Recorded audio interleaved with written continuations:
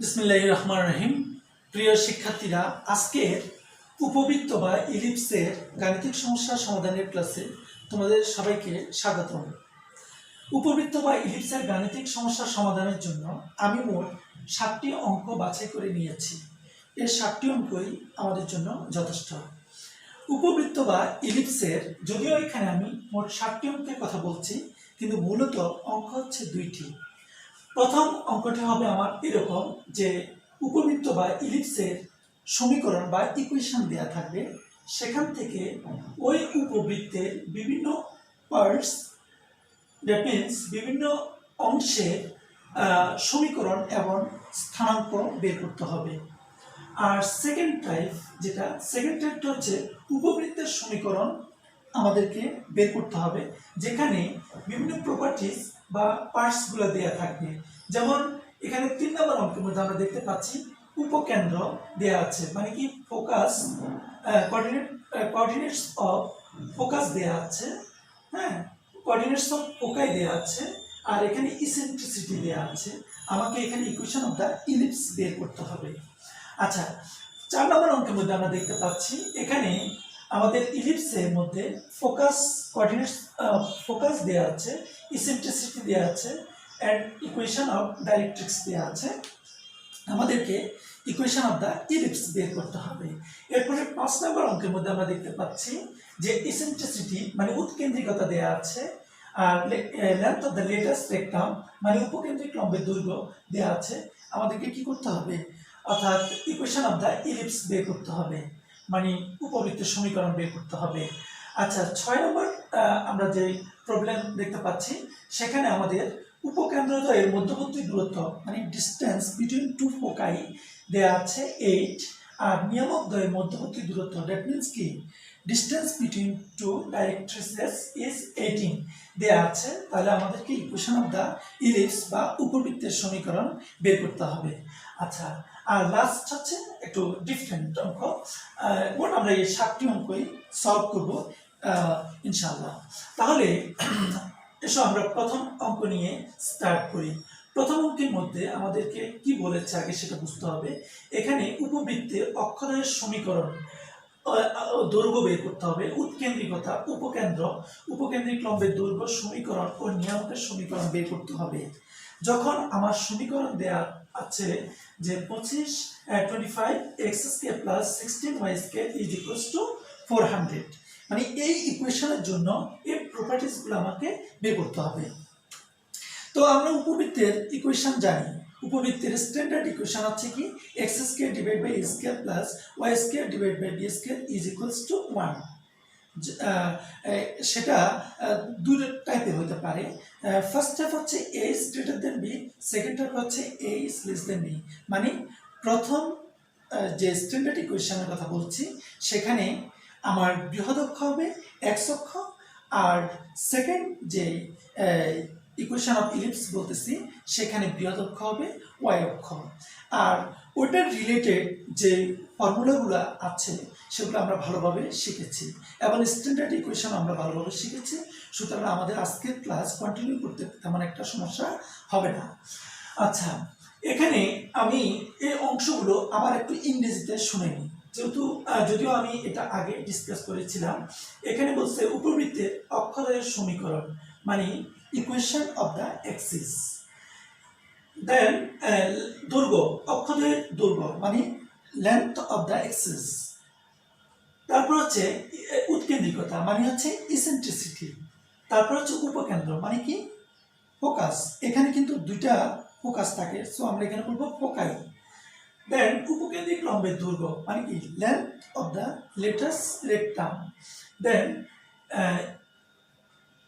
Equation, এখানে হচ্ছে length of the latus rectum, আর এটা হচ্ছে equation of the latus rectum. Then নিয়ামকের সমীকরণ কি ইকুয়েশন অফ দ্য ডাইরেক্ট্রিক্স, কিন্তু এখানে দুইটা ডাইরেক্ট্রিক্স আছে, এর জন্য আমরা বলবো ইকুয়েশন অফ দ্য ডাইরেক্ট্রিসেস। ওকে, এই পার্টগুলো আমাদেরকে বের করতে হবে এই ইকুয়েশনের জন্য। আমরা প্রথম অঙ্কটি নিয়ে স্টার্ট করবেন। তাহলে প্রথম অঙ্কটি আমরা দেখি।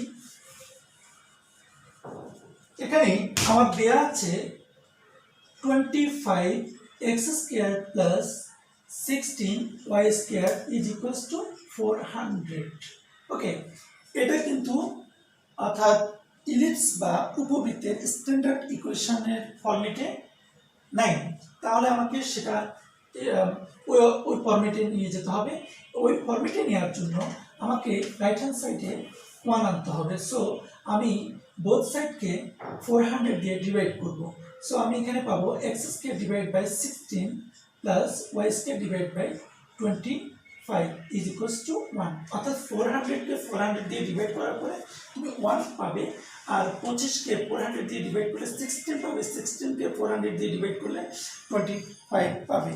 এখন দেখো পরিষ্কার, এটা হচ্ছে ইকুয়েশন অফ দ্য ইলিপস, ঠিক আছে। তো আমরা এখানে এটাকে x square divide by 4 whole square plus y square divide by 5 whole square is equals to 1 just একবার স্ট্যান্ডার্ড ইকুয়েশনে নিয়ে গেলাম।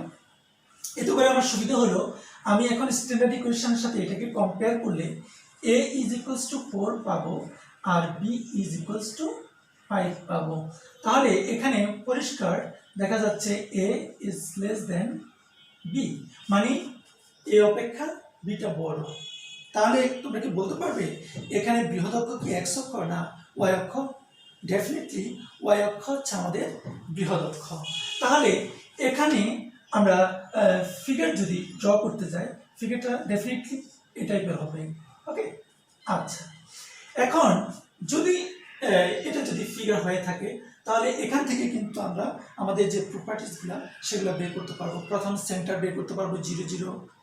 এরপরে যদি আমাকে বলা হয় উৎকেন্দ্রিকতা মানে ইসেন্ট্রিসিটি যদি বের করতে বলে, তাহলে হবে কি E is equals to root of 1 minus a square divide by b square, ঠিক আছে, a square divide by b square. আচ্ছা, তারপর হচ্ছে অন্যান্য যে পার্টগুলো যেগুলো উপকেন্দ্র আমরা বলতে পারি কি 0 প্লাস মাইনাস b।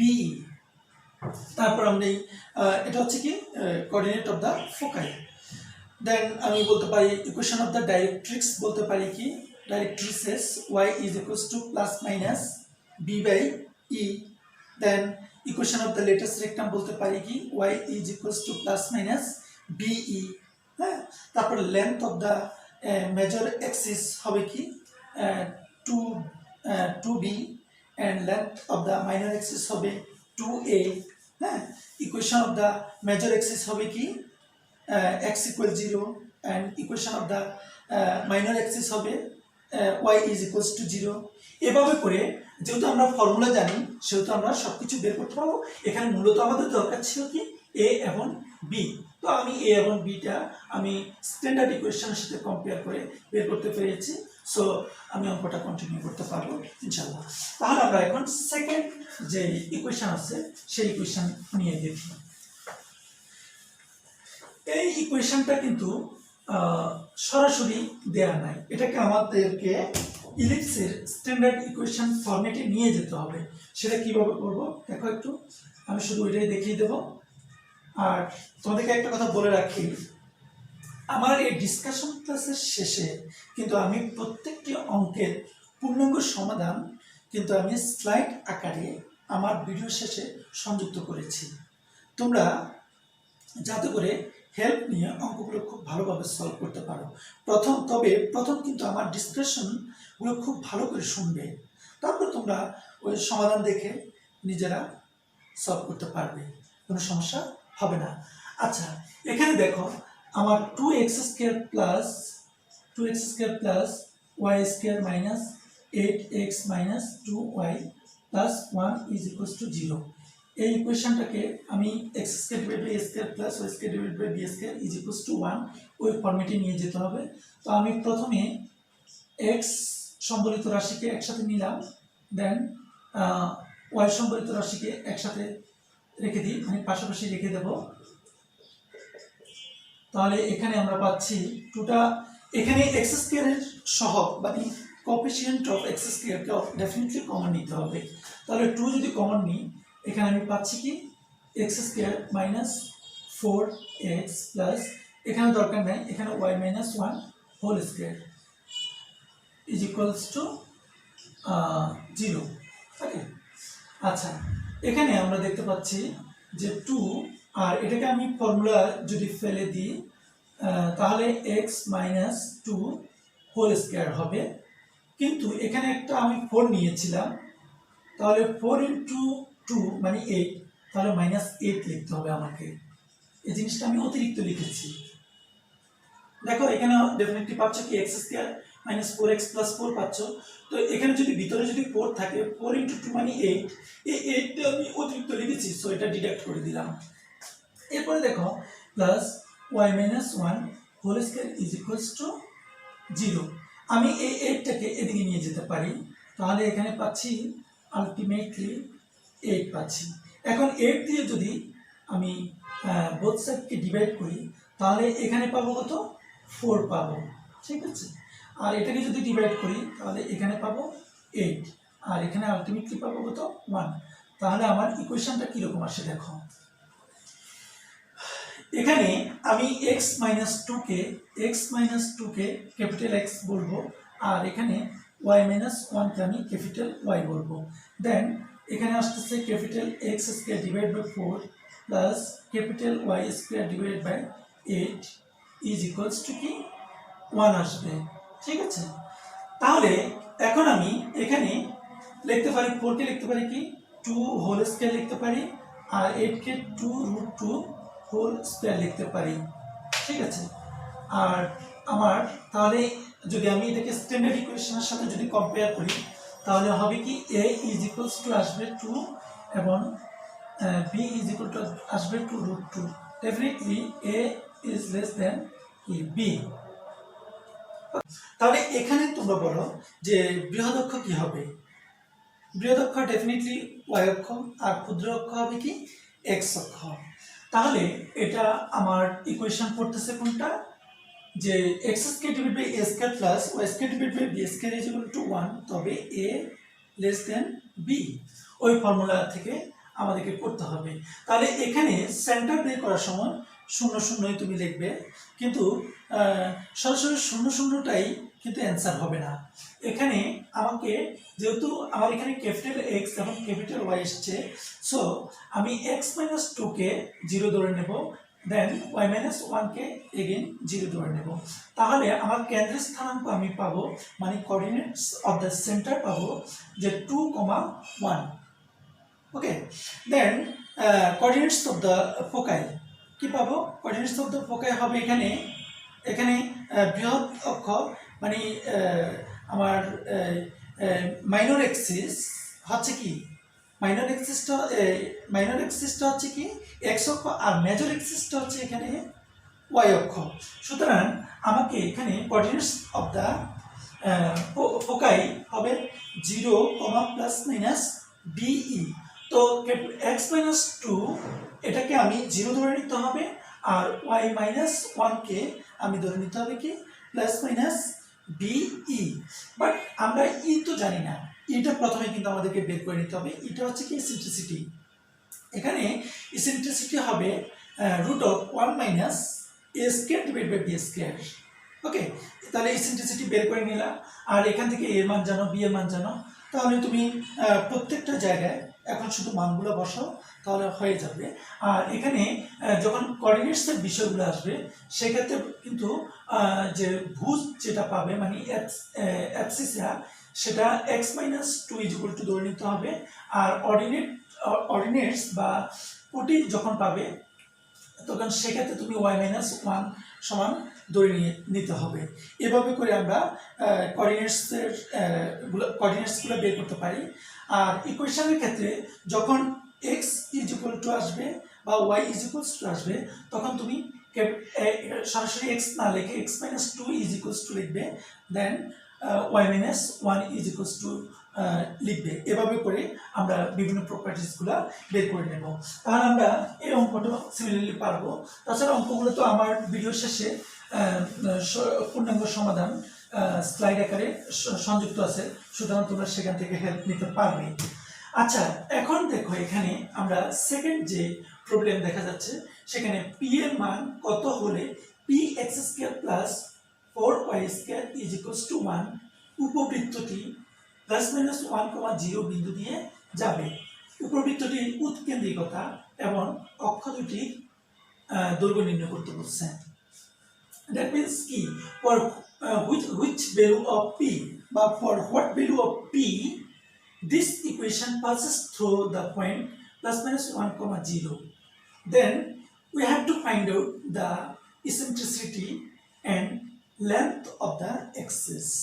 Okay, আচ্ছা, তো আমাদের এখানে যে ইকুয়েশন অফ দ্য ইলিপস হচ্ছে কি p(x² + 4y² = 1, এটা প্লাস মাইনাস 1,0 বিন্দু দিয়ে যাবে। সো আমরা বলতে পারি this equation must be satisfied with this point. যেমন এখানে p(x²) যদি p(x² + 4y² = 1, এটা প্লাস মাইনাস 1,0 বিন্দু দিয়ে স্যাটিসফাইড হবে। দ্যাট মিন্স কি x কে রিপ্লেস করে এখানে আমরা প্লাস মাইনাস 1 বসাবো। দ্যাট মিন্স এখানে plus minus 1 whole square plus 4 y এর জায়গায় বসাবো কি 0, তাহলে আসছে 0² = 1. Ultimately we will get p = 1. So এই মানটা আবার এই ইকুয়েশনের মধ্যে যদি আমরা পুট করি তাহলে p(x²) p এর পরিবর্তে 1, সো x² + 4y² = 1। বাট এই ইকুয়েশনটাকে আমরা ইলিপসের স্ট্যান্ডার্ড ইকুয়েশনে নিয়ে যেতে হবে। তাহলে সেটা কিভাবে হবে? যেমন x² / 1 + y² / 1/4 = 1। এখন এই জিনিসটাকে আমরা x² / 1² + y² / 1/2 whole square = 1. So when comparing with the standard equation of ellipse, you will get a = 1 and b = half. Okay, তাহলে আমরা a এর মান পেয়ে গেলাম এবং b এর মান হাফ পেয়ে গেলাম। তাহলে ডেফিনেটলি এখানে we can say that a is greater than b. So এটা ইলিপসের যে স্ট্যান্ডার্ড ইকুয়েশন, তাহলে ফার্স্ট ইকুয়েশনকে কি করে সাপোর্ট করে। সুতরাং আমরা এখানে যে উৎকেন্দ্রিকতার জন্য আমরা এখন বা ইসেন্ট্রিসিটির জন্য যে ফর্মুলাটি ইউজ করব সেটা হবে কি E = √1 - b² / a²। and length of the axis আমরা কি জানি, অর্থাৎ 2a হচ্ছে কি length of the major axis and 2b is the length of the minor axis. So a এবং b এর মান এখানে পুট করব, দেন আমরা এই অঙ্কটা সলভ করতে পারবো। তাহলে আমরা এখন থার্ড প্রবলেমে চলে যাব।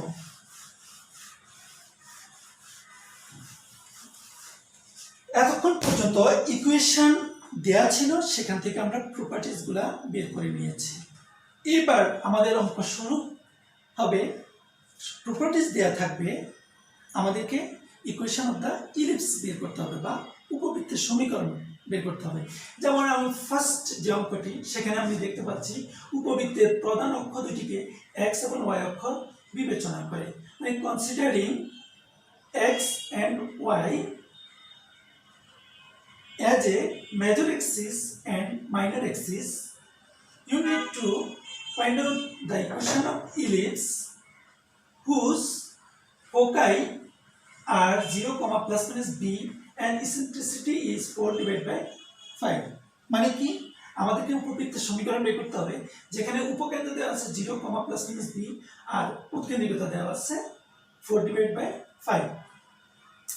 তাহলে এখান থেকে আমরা পরিষ্কার বুঝতে পারতেছি, যেহেতু আমরা ইলিপসের কি স্ট্যান্ডার্ড ইকুয়েশন জানি, আমরা first when a is greater than b, then coordinates of the foci হচ্ছে কি ± a, 0।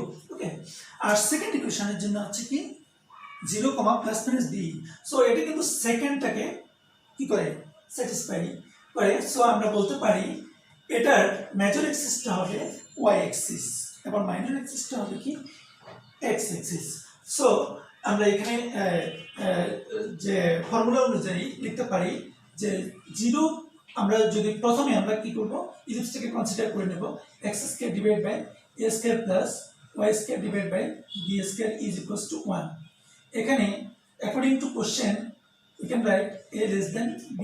So with the properties of this equation we can write মানে আমরা লিখতে পারি যে উপকেন্দ্র হচ্ছে কি আমার এখানে 0 প্লাস মাইনাস বিই, সেটা হচ্ছে গিয়ে আমার এখানে 0 কমা প্লাস মাইনাস 4.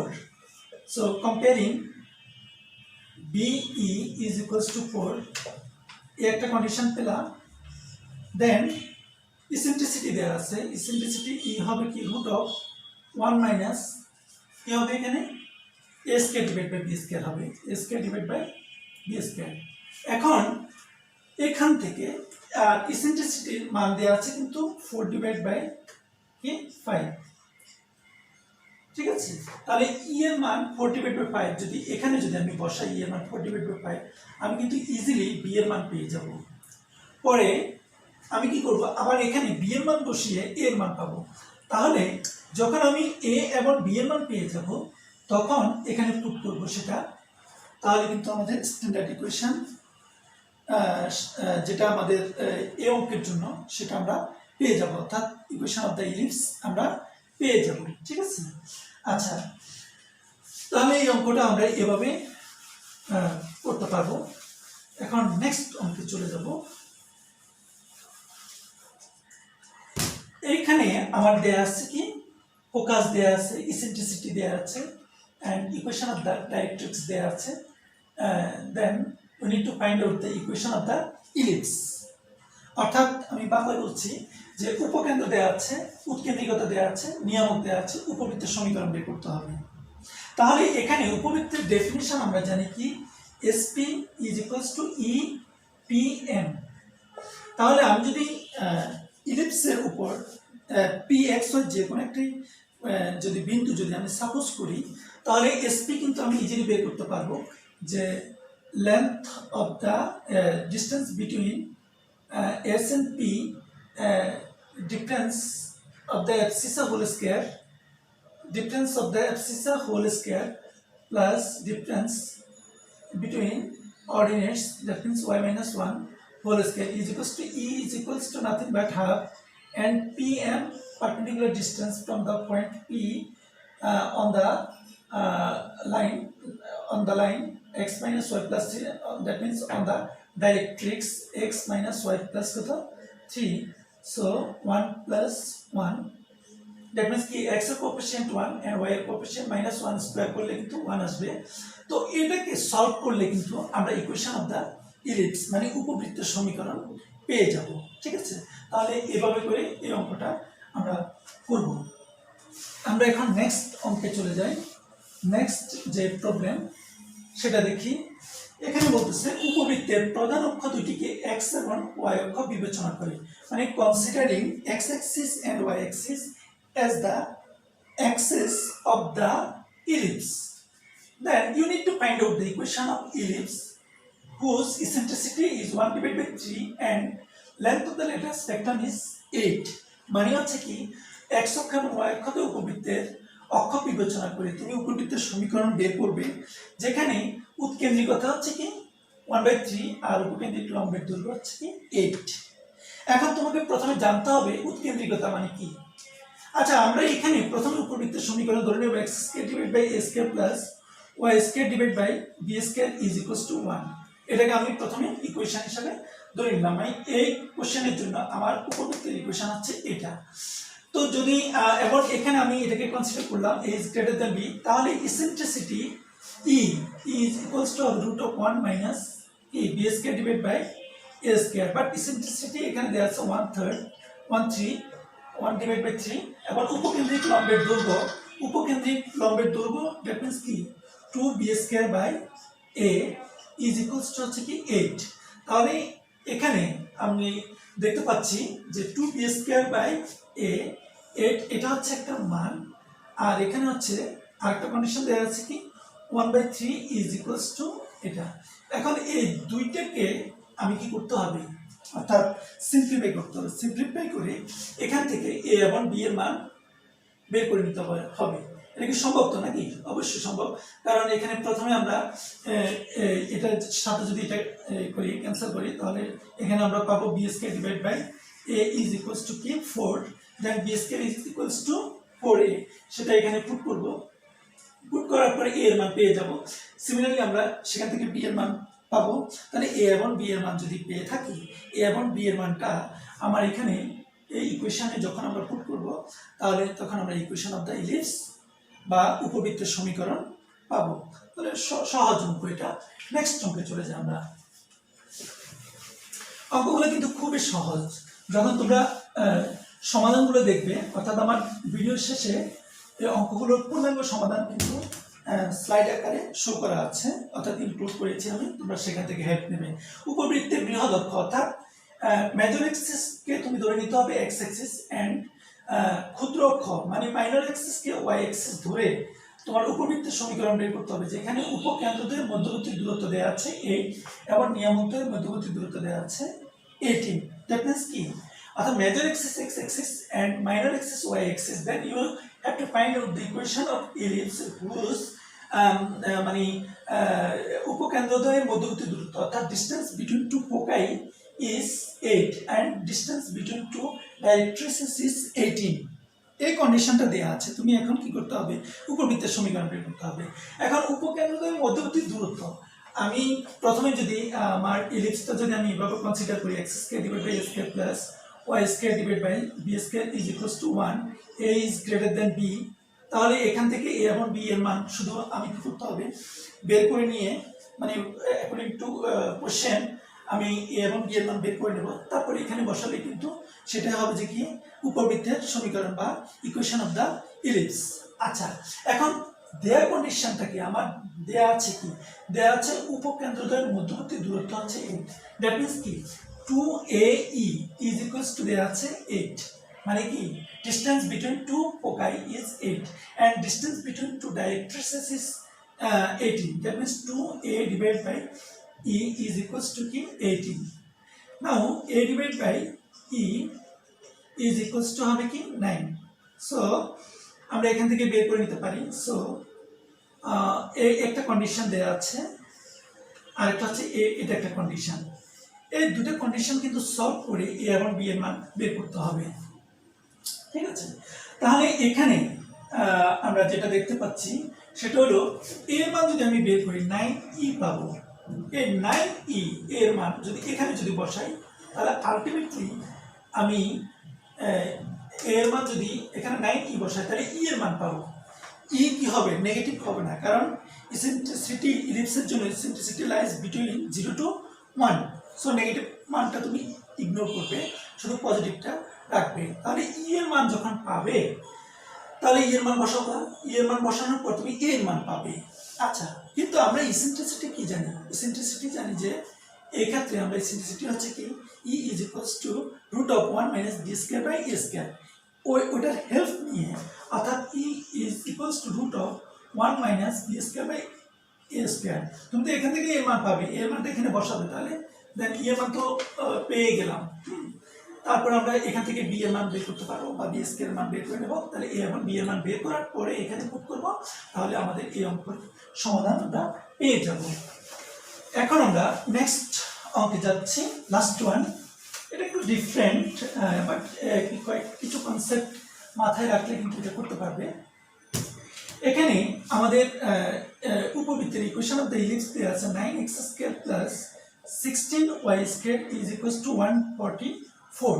তাহলে আমাদেরকে স্ট্যান্ডার্ড ইকুয়েশনের ফর্মেটে নেওয়ার জন্য কি করতে হবে, 144 দিয়ে বোথ সাইডকে ডিভাইড করতে হবে। সো এখানে 9 দিয়ে এটাকে করলে কিন্তু আমরা 16 পাবো, আর এখানে পাবো কি 9 পাবো, আর এখানে 1 পাবো। So we can write x square divide by 4 whole square plus y square divide by 3 whole square is equals to 1।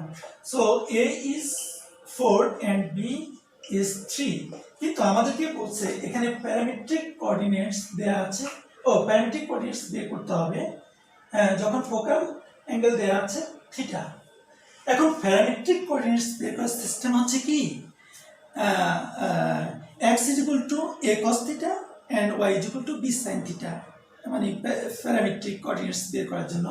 তো সো এটার প্যারামেট্রিক কোঅর্ডিনেটসটা হবে কি a cos থিটা, সো 4 cos থিটা কমা আর হলো b sin থিটা, তাহলে 3 sin theta. এটা হবে যে গিয়ে এই ইকুয়েশনের জন্য প্যারামেট্রিক কোঅর্ডিনেটস বা পরামিতিক স্থানাঙ্ক যখন উপকেন্দ্রিক কোণ হচ্ছে কি থিটা। তাহলে আমরা মোট 7টি অঙ্ক আমরা সলভ করেছি। মূলত আসলে অঙ্কগুলো দুই রকমেরই অঙ্ক আমরা দেখতে পেয়েছি। হ্যাঁ, প্রথম হচ্ছে কি ইকুয়েশন দেওয়া ছিল, সেখান থেকে প্রপার্টিসগুলো বের করা। এরপরে শুধু আমাদের দেখেছি আমরা শুধু কি ছিল, প্রপার্টিস দেওয়া ছিল। আমরা শুধুমাত্র কি করেছিলাম যে ইকুয়েশন অফ দ্য ইলিপস মানে উপবৃত্তের সমীকরণটি বের করাচ্ছি। ঠিক আছে, তো এটাই হচ্ছে উপবৃত্তের জন্য যথেষ্ট। আজকে ক্লাস তাহলে এখানেই শেষ করি। আল্লাহ হাফেজ।